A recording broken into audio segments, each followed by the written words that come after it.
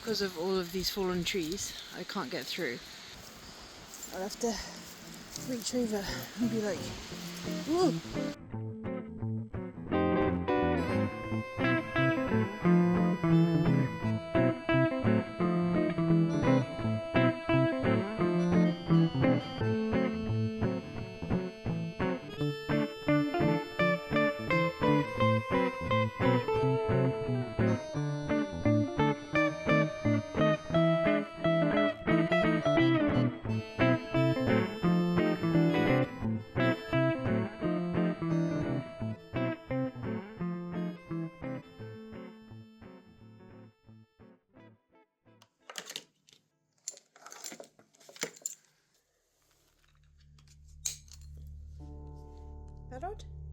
So today Max and I are hunting down the Brynffoi trig point, and we're starting at the Esgair Fwyog trail car park.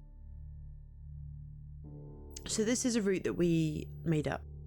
It's a loop that we could see that was on a public right of way, so we decided to go for it. It's very much quite samey the whole way around until you actually get to the trig point, which is just off of the path. Now you could do a much shorter version of this, but we like to do a nice long loop, so that's what we did. A lot of woodland, a little bit of scenery, and then back to the car park. So let's get going.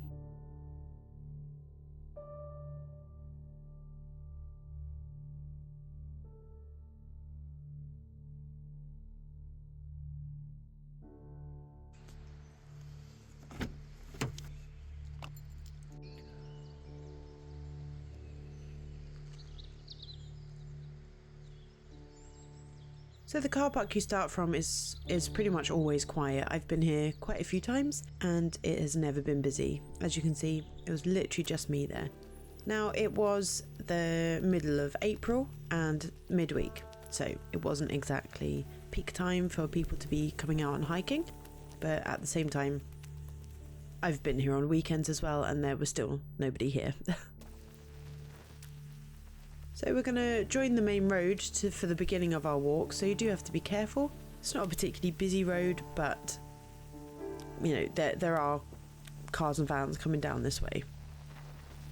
Generally, I can keep Max off the lead for this entire walk, as long as he gets out the way when there's a car coming on this first bit, because we're going to go off-road in a second, as you can see, an Asda van.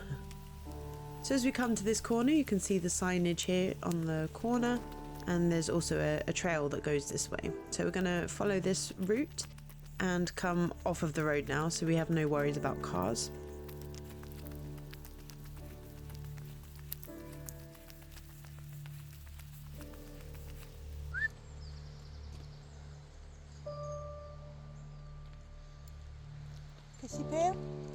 Yeah. So a lot of the walk looks like this, the same sort of path.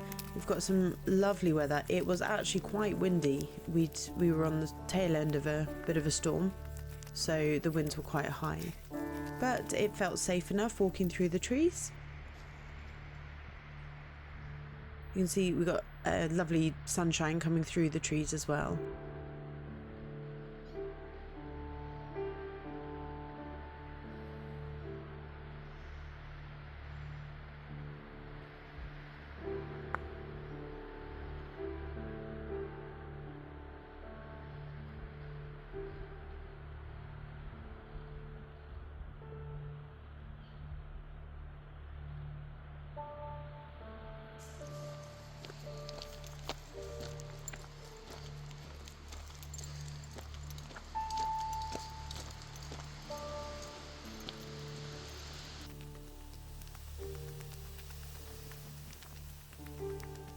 So as you can see, it really is a very peaceful walk. Throughout our entire loop, we saw a grand total of 0 people. Well, that's a lie. There was one person who was working, which we'll see later on, but we didn't actually see any other walkers at all. So this is a bit of an unofficial loop. I will upload a copy of it so that you'll be able to follow it. Go on. This is part of the Heart of Wales line, this path that we're on now. so it's quite well looked after.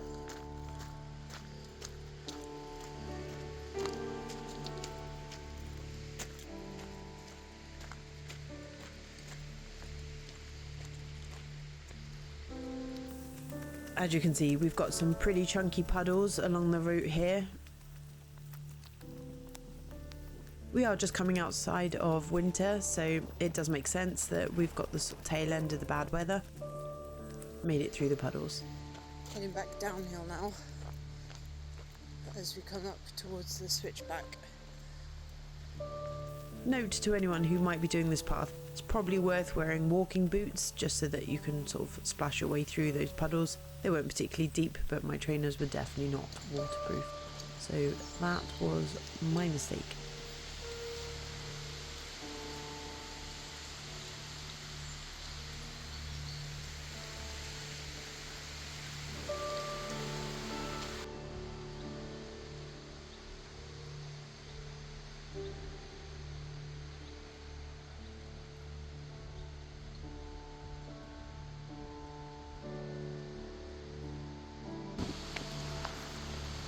Coming up to the switchback now. Oh, and a big puddle.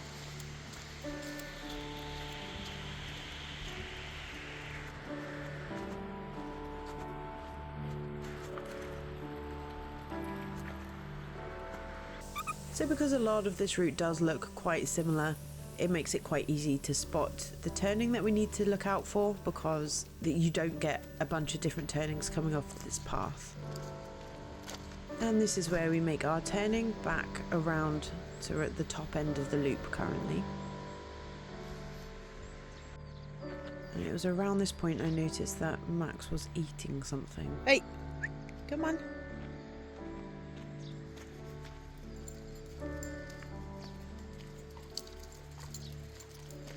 So we're going to turn up around this corner, and this is where it really did get flooded. So thankfully there's enough space that you can sort of walk up on the bank, because if you have a look around this corner, it is essentially a little mini pond.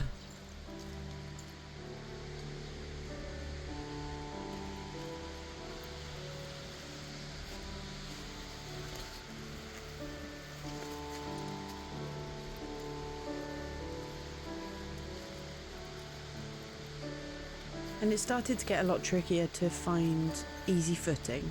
So as soon as we came off of that Heart of Wales trail, it started getting a bit rougher.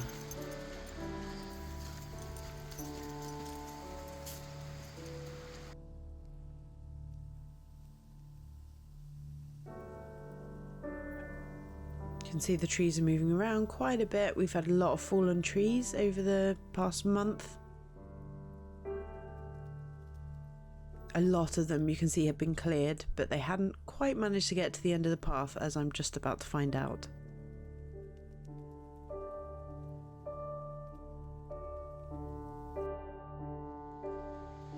So for some reason, even though he could easily walk underneath and already had done, Max decided he needed to come back and struggle over these trees with me because apparently the route he found was too easy.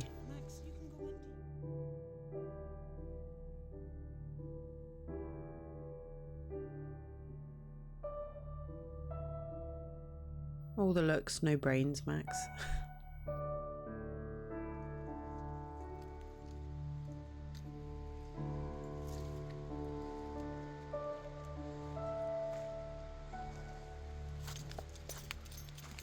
Oh my god.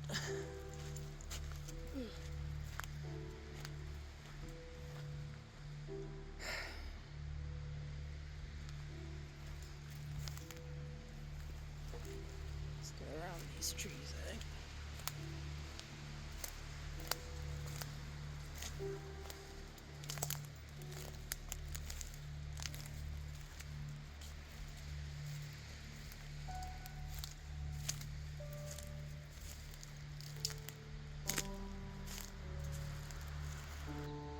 So I believe that road is where I'm going to end up, and because of all of these fallen trees I can't get through.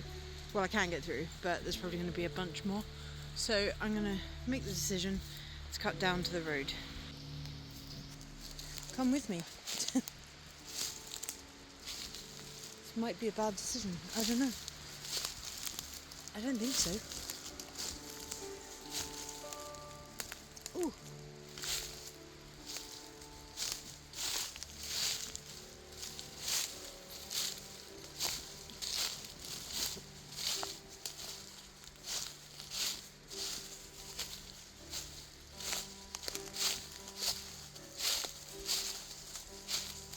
Also, a lot of those trees are making a lot of creaking noises. And considering how many have fallen down, it's probably a good idea to get away from them because it's quite windy.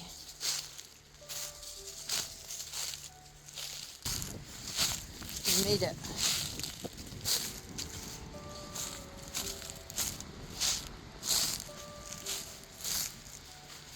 Ooh. I better check my map and make sure this is where we end up. Well, I feel a bit dramatic because that's the path I cut across there, but I could have just kept going if I'd just gone around that tree. Anyway, back on track. Yeah, so my little detour was a bit unnecessary, but to be fair, I had no idea. As I was making the loop up, it was hard to see how long that bit of path was going to go before it rejoined the road. So I didn't want to be climbing over 7 trees when I could just walk down along the road. So as we come along here, this is where there was a guy working just to the left of where we're walking. So I didn't really want to disturb him. And now we're turning around and we're coming off the track. That was because of a fallen tree, but we're just going to come round and see the trig point.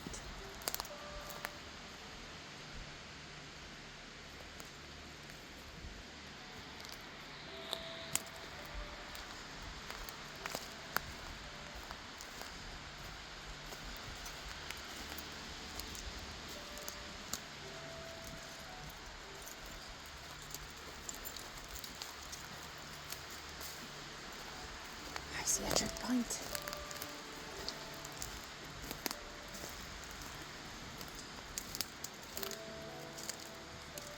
Oh, caught my leg. Oh. Ow. Where I caught my leg on that tree, I actually did have a bit of an injury there for a week or so.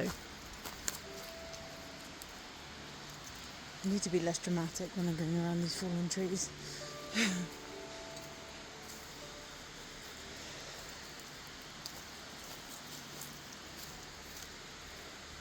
There it is. Where's it fenced off? Boo. I'll have to reach over and be like, whoa!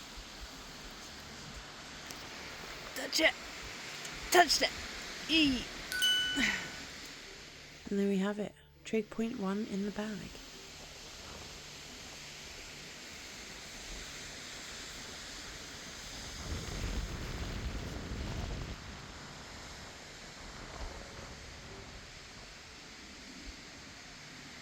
What do you think, Max? I know what you think. You want a ball?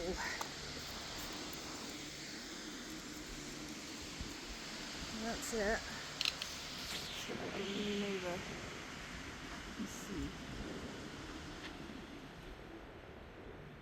And the main man himself, enjoying his moment of fame by the trig point. So the time to trig point was 50 minutes. Could probably do it in 40. I was faffing with cameras and the dog and walking around trees.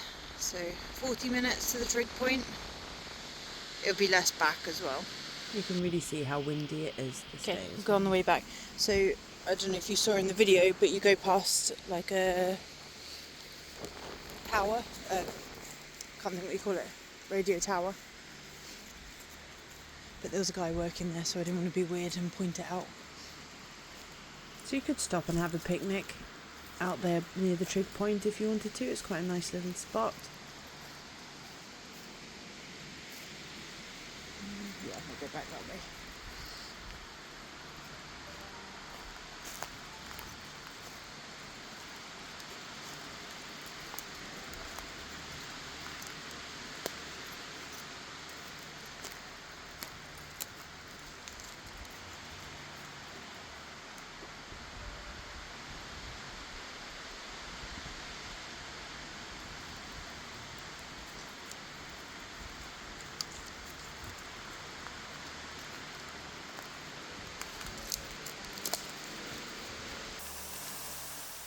And we're heading back down, well, throwing the ball to the dog as usual, but heading back down to that main road now, which we're going to follow all the way back to the car.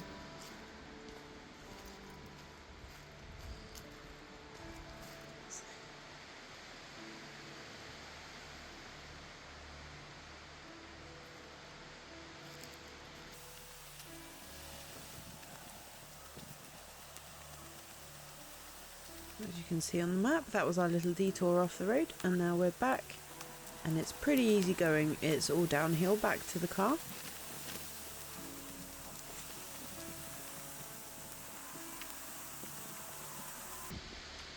A lot of falling and fallen trees. We did have storms a few months ago, but I wouldn't recommend doing this walk in high winds. I mean, they're meant to be around 40 today, and it is quite windy, but I don't particularly feel like it's dangerous. But yeah, if it's like a miserable, wet and windy day, it may not be a good idea. It's mainly downhill now. It didn't really feel like that much of a climb up. Some of it was, but it's been a fairly easy walk, to be honest. Average fitness, you'd be fine. And I forgot my trainers. No, I didn't. I remembered my trainers. I forgot to change from my trainers into my walking boots, which is a really stupid thing to do. And I've never done that before. So yeah, the muddy patches were a bit of a challenge, but actually in the summer, probably be fine in trainers. But if you've got walking boots, chuck them on, because better safe than sorry, isn't it? Lovely blue skies as well, look at that. Great weather for it. We didn't actually take the photo of Max by the trig point when we first got there, so we did actually end up walking back to get the photo at the end. Despite this looking like a public road, it's actually no public access in terms of driving, so you can't drive up to the trig point. As you come around the corner here, there's some really pretty mountains. You see them in the distance?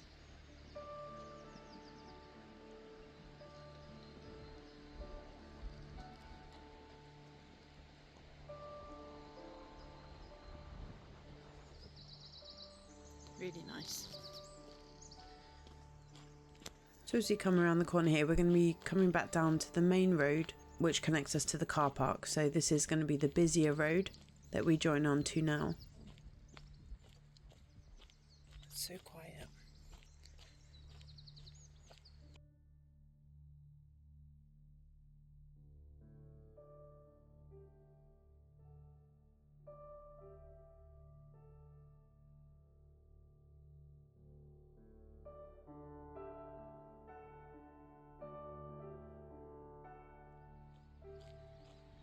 So as you come back around this corner here, we're going to switch back onto the original road we started on, and that's going to bring us right back round to the car park. You see some views out that way. There's a farm, or a farm building, off there in the distance. It's lovely. And Max is... oh God, what are you eating? Oh. Dogs are disgusting.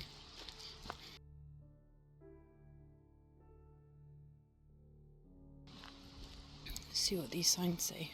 No trespassing. Just passing through.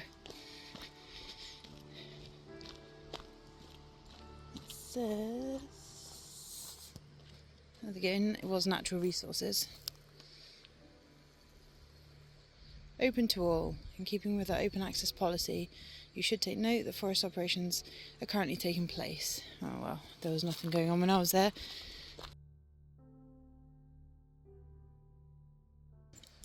And we're back on the main road and heading back to the car now. And it was around this point I decided to stop filming for a little bit because we were just on the same road the whole way, and that's when I missed this. So a kite has just flown up into the tree. Oop. can't see it though. I know it's up there because it just flew past me. Stupidly, I wasn't filming.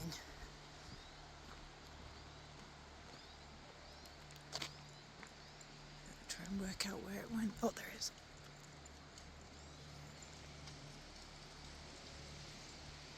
Oh, shame. So the kite had actually flown really close to us as we were walking along, but obviously I wasn't filming, so I decided to try and capture him as he flew off.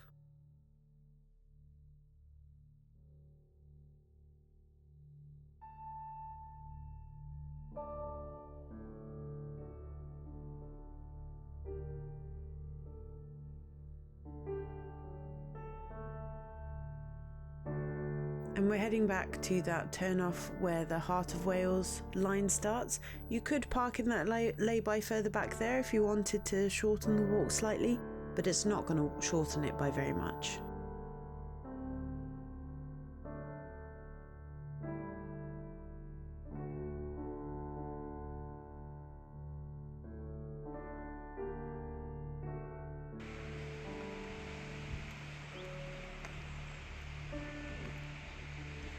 This signpost here. And then it's a case of turning around this corner and heading back to the car.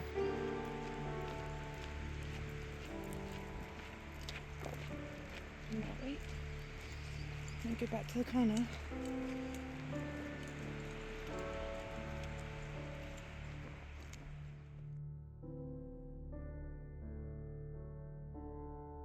So on behalf of myself and Max, thank you for joining us on our first trig bagging walk.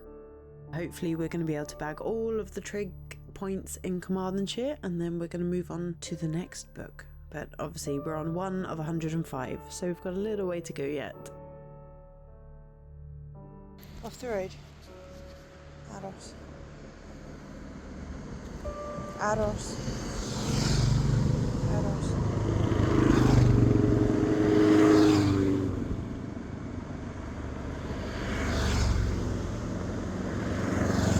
Aros, Aros.